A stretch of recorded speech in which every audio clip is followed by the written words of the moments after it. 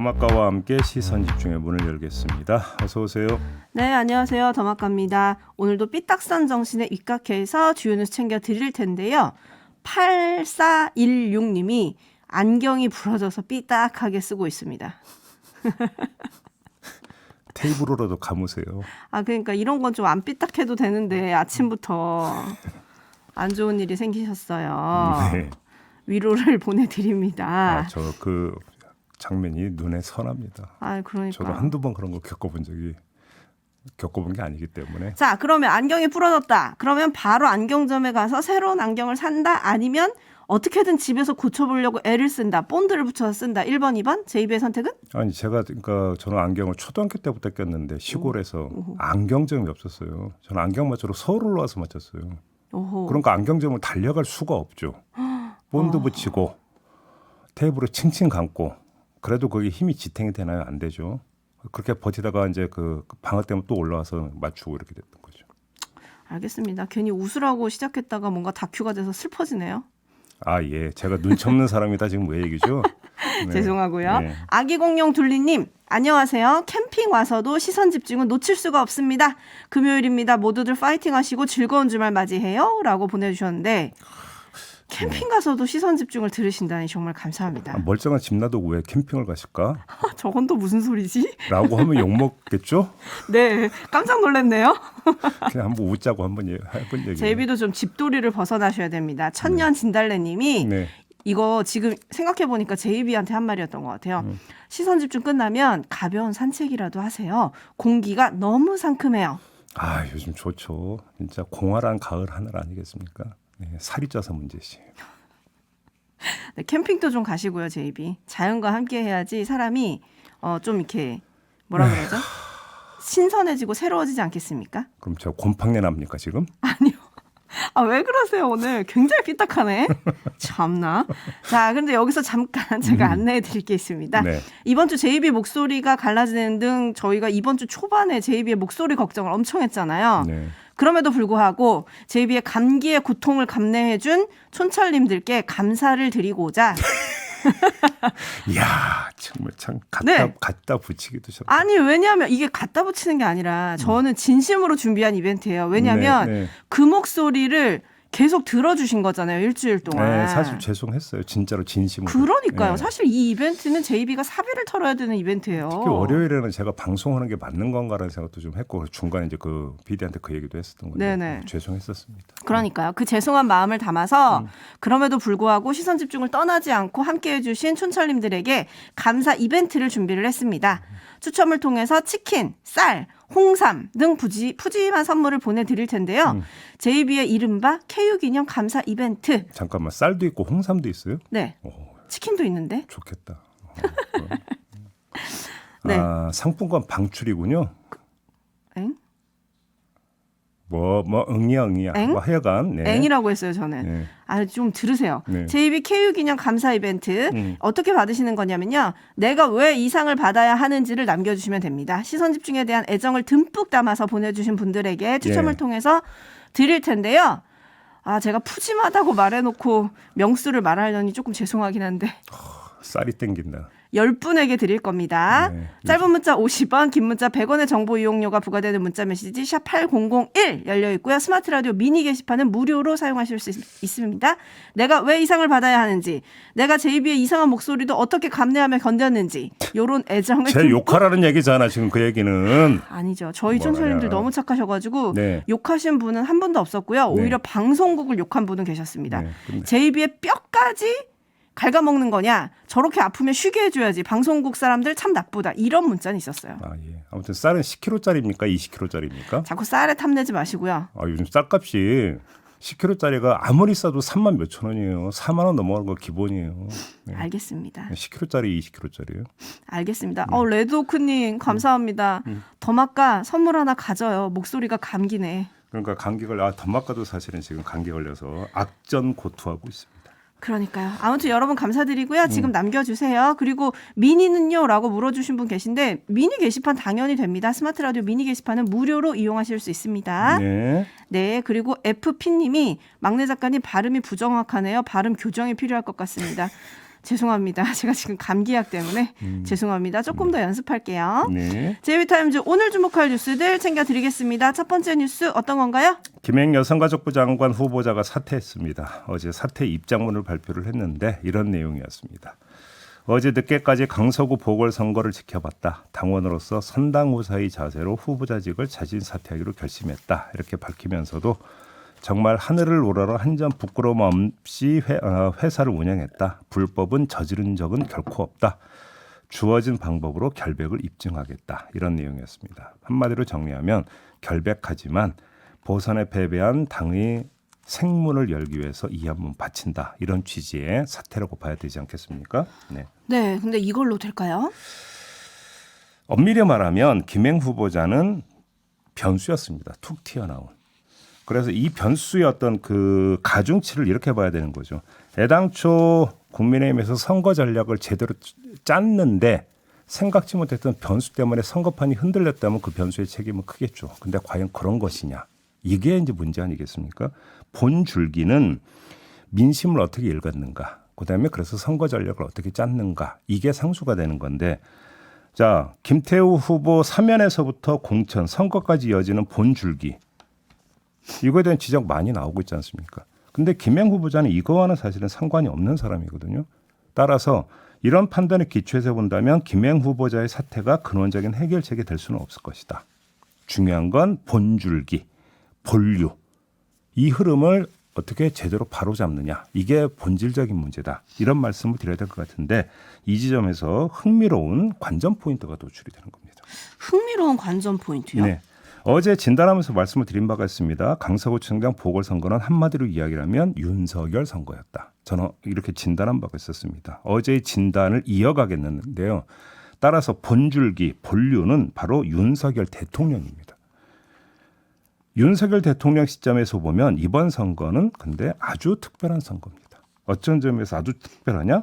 자신의 첫 번째 패배라는 점에서 아주 특별하다는 겁니다. 세상이 다 아다시피 윤석열 대통령은 직진형입니다.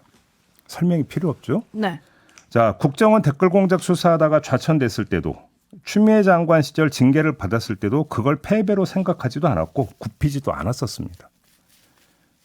그 뒤 정계의 입문에서는 대선과 지선 모두 승리를 했습니다. 따라서 윤석열 대통령의 행적에서 인정하지 않을 수 없는 객관적 패배는 한 번도 없었던 셈이었습니다. 그런데 이번에 패배를 했습니다. 흥미롭다고 제가 말씀드린 게 바로 이건데요. 인정하지 않을 수 없는 객관적 패배 앞에서 윤석열 대통령이 어떻게 처신할 것인지 이게 궁금하기 때문에 이런 흥미롭다는 말씀을 드렸는데 답은 이미 나온 것 같습니다. 아, 또 답이 나와 있습니까? 네. 익명의 대통령실 관계자가 이런 말을 했다고 어제 보도가 나왔습니다. 선거를 치른 것은 대통령실이 아니라 국민의힘이다. 이 관계자가 누구고 어느 정도까지 이게 대통령실의 기류가 반영이 되어 있는지는 모르겠으나 이것이 조금이라도 윤석열 대통령의 기류를 읽고 했던 발언이라고 한다면 어떻게 해석을 해야 되겠습니까? 인정하지 않을 수 없는 객관적 패배는 맞는데 그 패배의 주체는 윤석열 대통령이 아니라 국민의힘이다. 따라서 윤석열 대통령은 아직 객관적 패배를 겪지 않았다. 뭐 이런 주장 아니겠습니까? 그러면 바뀔 것도 없는 거죠. 인식이 이렇다면 최소한 공개 영역에서의 변화 가능성 거의 제로라고 봐야 되는 거 아니겠습니까? 이렇게 정리를 해야 되는 것이죠.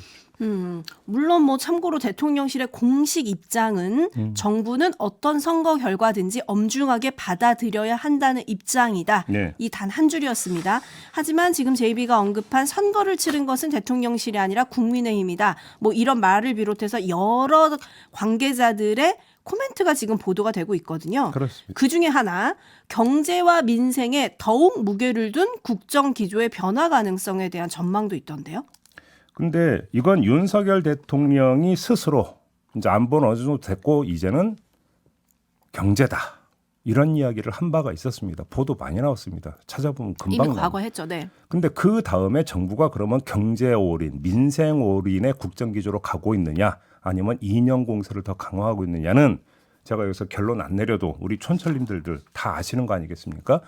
제발 부디 말대로 하라 이런 말씀만 드리겠습니다.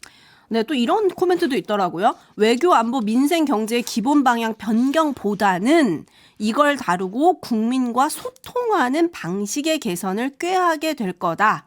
이거는 대통령실 핵심 관계자의 말이었어요. 이 얘기하니까 한번 좀 더 궁금해지는데 도어 스태핑 중단했잖아요. 그죠? 네. 그때 분명히 중단이 맞았죠. 종료가 아니라 중단이었죠. 그렇죠? 근데 지금 재개 안 되고 있죠. 그렇죠? 근데 왜 안 되는지 설명 없죠. 없죠. 그러면 그건 그렇다 치고 지금 그 뒤에 기자회견 수시로 열어서 국민한테 보고하고 있습니까? 아니잖아요. 소통 개선 이것도 제발 부디 그렇게 좀 해주시라 이런 말씀을 드리겠는데 어떻게 하라는 구체적인 방법을 한번 좀 말씀해 주시라. 네. 요 얘기까지 덧붙이겠습니다. 아직은 거기 없었죠. 네. 그리고 진선님이 드라마틱한 엑시트라고 했는데 김행 후보자 본인의 미래를 정확히 예측했네요. 그나저나 제기된 의혹에 대한 수사는 사퇴해도 계속되는 건가요? 라고 물음표를 보내주셨네요. 고발한 거에 대해서 잘 됐다라고 이야기를 하지 않았습니까? 네, 어제 입장문에서도 네, 본인은 문제가 될 게 없다고 얘기했죠. 네. 뭐 수사하게 되면 한번 좀 지켜보죠. 뭐. 네. 네, 또 짚을 점이 있을까요? 있습니다. 윤석열 대통령의 흐름 말고 이번엔 국민의힘의 흐름을 한번 좀 짚어봅시다. 국민의힘은 박근혜 탄핵 이후 각종 선거에서 연전연패를 하다가 2021년 4.7 재보궐선거를 기점으로 연승으로 돌아섰습니다. 그 뒤에 대선 이겼죠. 지선 이겼습니다. 이렇게 연승으로 갔는데 이번 강서구청장 보궐선거의 결과가 연승과 연패의 흐름을 바꾸는 분기점이 되느냐 마느냐 이걸 좀 주목할 필요가 있다는 겁니다. 연승과 연패가 의미하는 바를 다시 헤아릴 필요가 있는데요. 선거는 국민에 의한 심판입니다. 평가고 심판입니다. 그런데 연승 또는 연패가 나타난다는 건 심판이 단판으로 끝나지 않는다는 걸 시사하는 겁니다. 충분히 심판을 하고 난 다음에야 다른 심판 대상으로 옮겨간다는 겁니다. 그래서 특정 정파가 연승할 때 특정 정파는 연패하는 거고 특정 정파가 연패할 때 특정 정파는 연승하는 겁니다. 그러니까 왜냐하면 국민의 심판은 집요하고 일관된다는 겁니다. 그래서 충분히 심판할 만큼 심판했다고 생각한 다음에야 심판의 국면이 전환이 된다는 겁니다. 그래서 연승과 연패라는 현상이 지금 지금까지 나타나 왔던 건데 강서구청장 보궐선거가 이런 흐름이 서막이 되는지를 좀 지켜볼 필요가 있다. 근데 물론 여기에 지금 저는 단정을 안 하겠습니다. 제가 지금 말씀드렸던 연승 내지 연패는 전국 동시 선거를 기준으로 했던 얘기입니다. 그러니까 대선이나 총선이나 지방선거 같은 네. 전국적 단위의 동시 선거를 기준으로 했던 것이고 강서구청장 보궐선거는 말 그대로 기초단체장 한 명을 뽑는 선거에 국한된 것이기 때문에 이거를 가지고 성급하게 일반화까지는 하지 않겠습니다. 그래서 이 판단은 내년 총선을 일단 미루겠다. 하지만 지금까지 최근 몇 년간의 흐름은 그러해 왔는데 이 흐름이 다시 바뀌는 것이냐 안 바뀌는 것이냐는 앞으로 좀 주목할 필요는 있다. 이 말씀까지만 드리겠습니다. 네, 일종의 분기점 이런 생각이 드는데요. 그런 면에서 지금 여당에서는 뭐 쇄신론이 좀 분출을 하는 것 같습니다. 네. 근데 김기현 대표는 일단 지도체제 유지 그리고 혁신위에 버금가는 미래비전 특별위원회 설치, 인재 영입위를 열어서 빨리빨리 인재를 영입을 하고 예. 그리고 총선 기획 준비단을 빨리 출범시킨다. 요렇게 조금 방점을 잡은 것 같아요. 일단 오늘 예정됐던 긴급 최고위는 어제 저녁에 취소를 했고 최고위원들과 1대1 면담을 통해서 이제 방안을 찾아간다고 하는데 네. 이게 해법이 될지 정말 궁금합니다. 잠시 후 안철수 의원과 인터뷰가 예정이 돼 있으니까 한번 물어보죠. 뭐. 네, 당내 분위기도 좀 궁금하고요. 네. 계속 시선 집중해 주시고요. JB타임즈 다음 주목할 뉴스는 어떤 건가요? 오늘도 국강잔면 2개 골랐는데요. 먼저 환경노동위원회의 고용노동부에 대한 국정감사장으로 가겠습니다. 진성준 더불어민주당 의원과 이정식 고용노동부 장관 간의 문답 들어보시죠. 고용노동부가 근로시간 개편 문제와 관련해서 대국민 설문조사를 진행하지 않았습니까? 설문조사가 다 끝났는데 그 설문조사 결과를 제출해달라 해도 제출하지 않고 있고 설문조사에 사용한 설문지라도 좀 제출해달라 하는데도 제출하지 않고 있습니다. 그걸 숨길 이유가 별로 없는데 왜 그러시는지 이해할 수 없고요. 곧바로 국민 여론조사 설문지부터 일단 제출해 주시기를 바라고요. 자료 요청을 하시는 거는 제 취지는 충분히 알고 있습니다. 그 설문지 구성과 예비 조사와 설문 결과 분석과 그 분석에 따른 제도 개편 방안 이것이 일체로 묶여 있는데 저희가 처음부터 약속을 드렸지만 다시 이런 뭐 일부가 왜곡되거나 잘못 오해돼서 혼란이 야기되면 차분한 제도 개선 논의에 도움이 되지 않는다. 그래서 객관적이고 공정하고 전문가에게 맡겨서 일체를 보고서와 제도 개편 방안이 나오면 다 공개해 드리겠다라고 약속을 했기 때문에 그대로 할 것이다. 따라서 저희들이 지금 뭐 숨기거나 하는 것은 아니고요. 조금만 기다리시면 전부 완성된 형태로 보고를 위원님들께는 물론이고 국민께 소상히 보고를 드릴 겁니다. 네, 좋게 해석을 하죠. 윤석열 정부가 강조하는 것 중에 하나가 과학 아니겠습니까? 네. 여론조사에 있어서도 과학성을 되게 강조한 바가 있었는데 그 과학성의 만전을 기하는 차원으로 그냥 이해를 하겠습니다. 다만 요거 하나는 물어보겠습니다. 그래서 도대체 언제 발표하는데요? 네? 좀만 기다리면 완성된 형태로 하겠다라고 지금 장관이 얘기를 했는데 그래서 도대체 언제 하는데요? 여기서 제가 참고할 걸 말씀을 드리겠습니다. 이상희 차관이 9월 13일 기자들과 만나서 뭐라고 말했었냐면 10월에 전체 내용을 다 공개할 수 있을지는 모르겠지만 논의 결과를 정리해서 일부 구상을 발표할 수 있을 것 같다라고 10월로 특정을 했었어요. 그렇죠. 한 달 전에. 네. 그랬던 이상희 차관이 10월 10일에 또 이렇게 말했습니다. 11월 초에는 설문조사 결과를 공개할 수 있을 것 같다.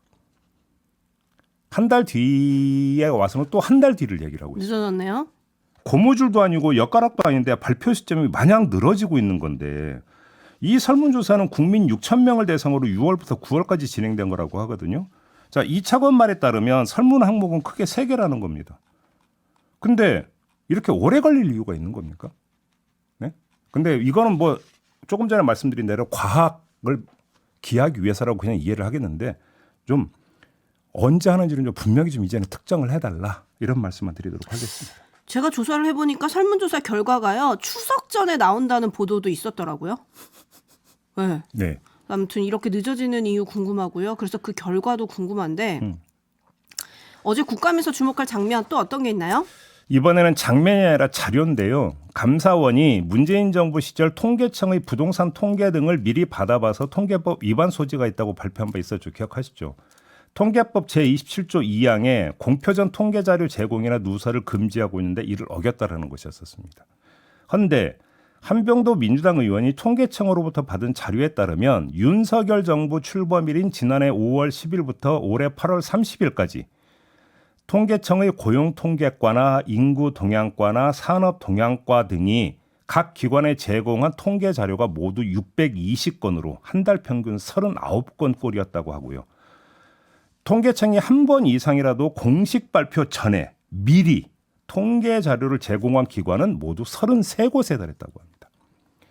기획재정부와 대통령실 경제금융비서관실 등은 주로 매달 발표되는 경제활동 인구조사 그리고 산업활동 동향, 소비자 물가 조사, 통계 자료를 미리 제공받은 일이 있고 국토부도 지난해 11월 14일 매년 발표되는 다주택자 소유 비율 등이 포함된 주택 소유 통계 관련 자료를 발표 전에 요청한 적이 있다고 합니다.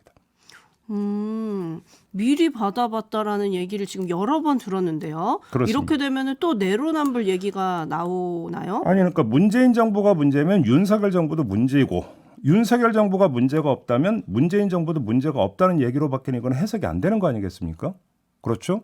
저는 감사원이 뭐라고 할지가 궁금한데 그러면 윤석열 정부 들어서 33개의 기관에서 지금 통계 자료를 미리 요청을 했다고 하는데 혹시 이것도 그러면 실태 감사를 하게 될지 저는 이것도 궁금하거든요. 할까요? 할까요? 해서 똑같은 결론을 내려서 똑같은 그러니까 그 결과를 국민 앞에 보고할까요? 할까요? 해야 되는 게 맞는 거 아니겠습니까? 일관된 원칙이라는 측면에서 놓고 본다면. 근데 할까요? 저는 물음표만 찍었습니다. 네. 저도 같이 물음표를 찍고 싶네요. 네. 참고로 통계청장은 뭐라고 답했는지 좀 궁금한데요. 요거 말고 지금 그 문재인 정부 그 취업자 가중값 뭐 임의로 적용해서 가계소득이 증가한 것처럼 조작했다 이런 논란들이 있었잖아요. 그게 어제 국감장에서 굉장히 질의가 많이 오고 갔는데 거기에 대해서 통계청장이 이렇게 답을 했다고 합니다. 네. 자료 요구에 대한 문서가 없기 때문에 이 부분은 통계법상의 절차상 하자가 있는 것으로 보이고 현재 수사 대상이라고 생각하고 있습니다. 그러면 이 답을 앞서 얘기한 윤석열 정부 들어서 요청했다는 자료 미리 받아갔다는 거에 적용을 시키면 어떻게 될까요? 그러니까 그럼 문서로 미리 받아보는 그러니까 문서로 요청해서 미리 받아보는 것은 아무 문제 없다라는 그 통계법 조항이 있습니까?